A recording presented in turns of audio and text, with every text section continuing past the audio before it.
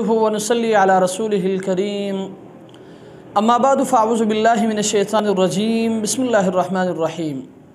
बहुत सारे साथियों ने ये सवाल पूछा है। सवाल उनका ये है कि सुन्नत मुअक्कदा अदा करने के बाद अगर जमात में देर है और कोई शख्स मज़ीद नवाफिल पढ़ना चाहे तो पढ़ सकते हैं या नहीं।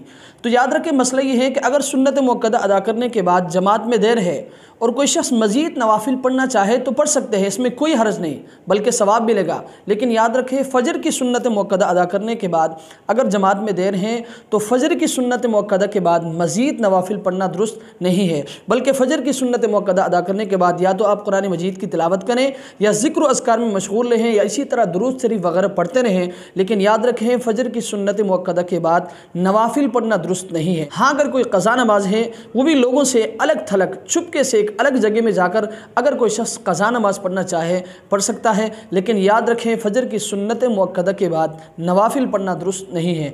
अल्लाह तबारक व तआला हमें समझने की तौफ़ीक़ अता फ़रमाए। व आखिर दावाना अनिल हम्दुलिल्लाहि रब्बिल आलमीन।